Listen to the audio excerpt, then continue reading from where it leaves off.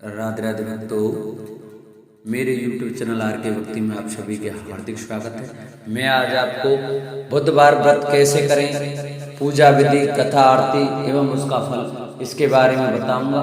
जो भक्त मेरे चैनल पर नए आए हैं वो मेरे चैनल को सब्सक्राइब करें, वीडियो को लाइक करें और कमेंट में श्री बुधाय नमः, श्री गणेशाय नमः अवश्य लिखें। बुधवार का दिन गणेश जी को समर्पित है, तो आइए गणेश जी की पूजा हमें किस प्रकार करनी चाहिए ये हम आपको बताएंगे। बुधवार व्रत कैसे करें, पूजा विधि तथा कथा आरती एवं फल। पौराणिक मान्यता के अनुसार बुधवार व्रत की शुरुआत विशाखा नक्षत्र युक्त बुधवार से करना चाहिए। इस व्रत को विधि पूर्वक करने से मनुष्य की सभी मनोकामना पूर्ण होती है तथा जीवन में सुख शांति मिलती है और घर धन धान्य से भरा रहता है। कैसे करें बुधवार व्रत, जाने पूजन विधि। इस दिन प्रातः उठकर संपूर्ण घर की सफाई करें, तत्पश्चात स्नान आदि से निवृत्त हो जाएं। इसके बाद पवित्र जल का घर में छिड़काव करें। घर के ही किसी पवित्र स्थान पर भगवान बुद्ध या शंकर भगवान की मूर्ति अथवा चित्र किसी कांस्य पात्र में स्थापित करें। तत्पश्चात धूप, बेलपत्र, नक्षत्र और घी का दीपक जलाकर पूजा करें। इसके बाद निम्न मंत्र से बुद्ध की प्रार्थना करें। बुद्ध त्वं बुद्ध जन को बोधद सर्वदा नृणां, तत्त्वावबोधं कुरुषे सौपुत्र नमो नमः।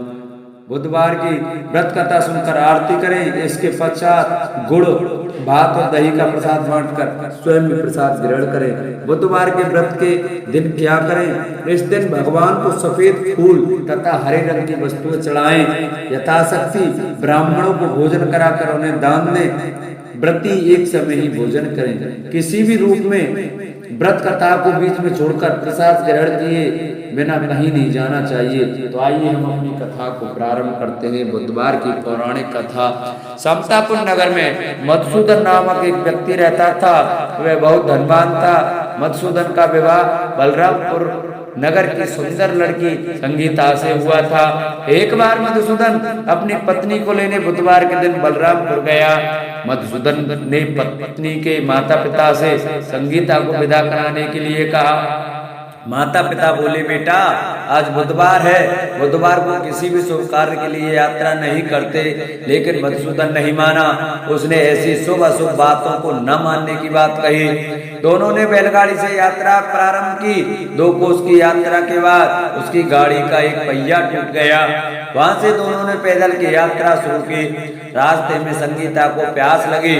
मधुसूदन ने उसे एक पेड़ के नीचे बिठाकर जल लेने चला गया। थोड़ी देर बाद जब मधुसूदन कहीं से जल लेकर वापस आया तो बुरी तरह हैरान उठा, क्योंकि उसकी पत्नी के पास उसकी ही शकल सूरत का एक दूसरा व्यक्ति बैठा था। संगीता भी मधुसूदन को देखकर हैरान रह गई। वह दोनों में कोई अंतर नहीं कर पाई। मधुसूदन ने उस व्यक्ति से पूछा, तुम कौन हो और मेरी पत्नी के पास क्यों बैठे हो? मधुसूदन की बात सुनकर उस व्यक्ति ने कहा, अरे भाई, ये मेरी पत्नी संगीता है। मैं अपनी पत्नी को ससुराल से विदा कर लाया हूँ। लेकिन तुम कौन हो जो मुझसे प्रश्न कर रहे हो? मधुसूदन ने कहा, तुम कोई चोर या ठग हो या मेरी पत्नी संगीता है? मैं इसे पेड़ के नीचे बिठाकर जल लेने गया था। इस पर उस व्यक्ति ने कहा, अरे भाई, झूठ तो तुम बोल रहे हो। संगीता को प्यास लगने पर जल लेने तो मैं गया था। मैंने तो जल लाकर अपनी पत्नी को पिला भी दिया। अब तुम चुपचाप यहाँ से चलते बनो, नहीं तो किसी सिपाही को बुलाकर तुम्हें पकड़वा दूंगा। दोनों एक दूसरे से लड़ने लगे। उन्हें लड़ते ले बहुत से लोग वहाँ एकत्र हो गए। नगर के कुछ सिपाही भी वहाँ आ गए। सिपाही उन दोनों को पकड़कर राजा के पास ले गए। सारी कहानी सुनकर राजा भी कोई निर्णय नहीं कर पाया। संगीता भी उन दोनों में से अपने वास्तविक पति को नहीं पहचान पा रही थी। राजा ने दोनों को कारागार में डालने के लिए कहा। राजा के फैसले पर असली मधुसूदन भयभीत उठा। तभी आकाशवाणी हुई, मधुसूदन, तूने संगीता के माता पिता की बात नहीं मानी और बुधवार के दिन अपनी ससुराल से प्रस्थान किया है। यह सब भगवान बुद्धदेव के प्रकोप से हो रहा है। मधुसूदन ने भगवान बुद्धदेव से प्रार्थना की, हे भगवान बुद्धदेव, मुझे क्षमा कर दीजिए। मुझसे बहुत बड़ी गलती हुई है, भविष्य में अब कभी बुधवार के दिन यात्रा नहीं करूंगा और सदैव बुधवार को आपका व्रत किया करूंगा। मधुसूदन की प्रार्थना करने से भगवान बुद्ध देव ने उसे क्षमा कर दिया। तभी दूसरा व्यक्ति राजा के सामने से गायब हो गया। राजा और दूसरे लोग इस चमत्कार को देख हैरान हो गए। भगवान बुद्ध देव की अनुकंपा से राजा ने मधुसूदन और उसकी पत्नी को सम्मान पूर्वक विदा किया। कुछ दूर चलने पर रास्ते में उन्हें बैलगाड़ी मिल गई। बैलगाड़ी का टूटा हुआ पहिया भी जुड़ा हुआ था। दोनों उसमें बैठकर संतापुर की ओर चल दिए।